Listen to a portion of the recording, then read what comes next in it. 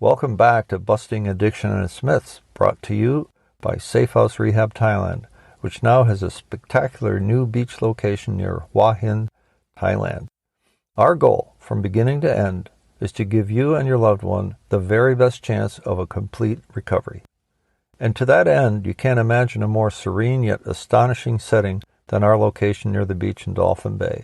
With the sea a short walk in front of us, and the awesome Samroyat National Park mountains behind our facility, we offer the most peaceful sanctuary one could possibly imagine to begin the journey of complete recovery.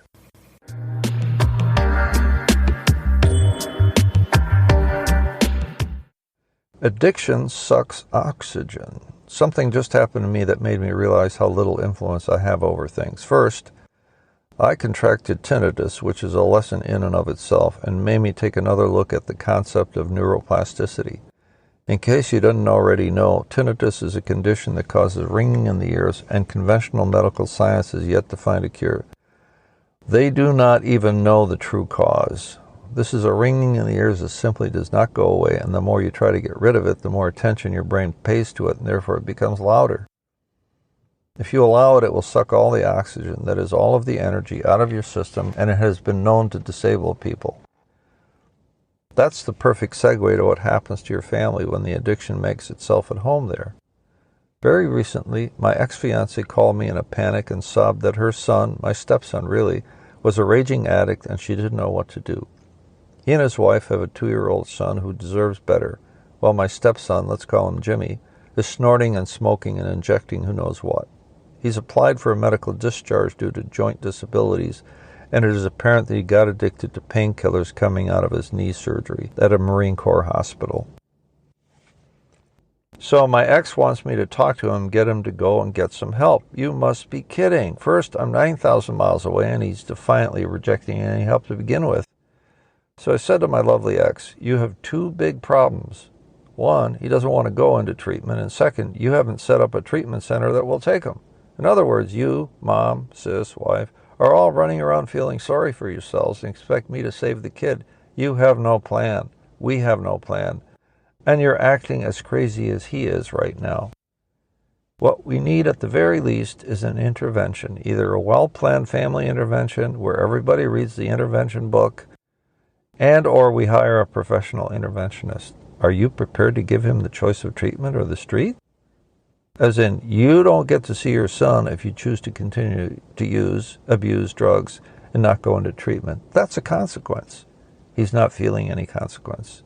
Because now they continue to enable his addiction to flourish. I'm talking about his mother and his sister.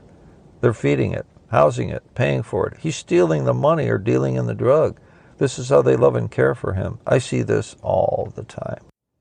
Addiction just sucks any of the positive, creative, life-giving oxygen right out of the family because now they, the family, are all worried about the addict when they are better off worrying about themselves and what the addiction has done to their family.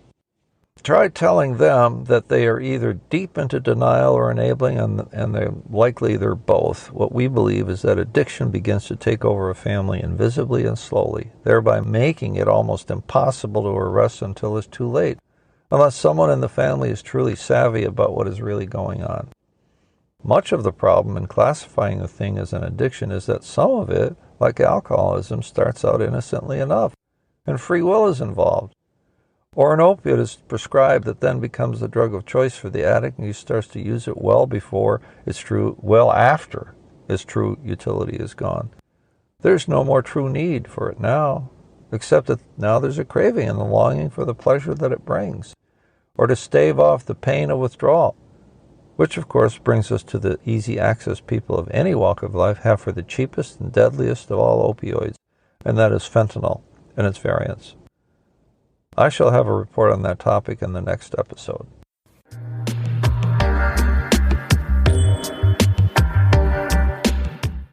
This podcast is sponsored by Safe House Rehab Thailand with a new beach location near Hua Hin, offering the best chance of a complete recovery because families today are facing new challenges and deserve a better way forward.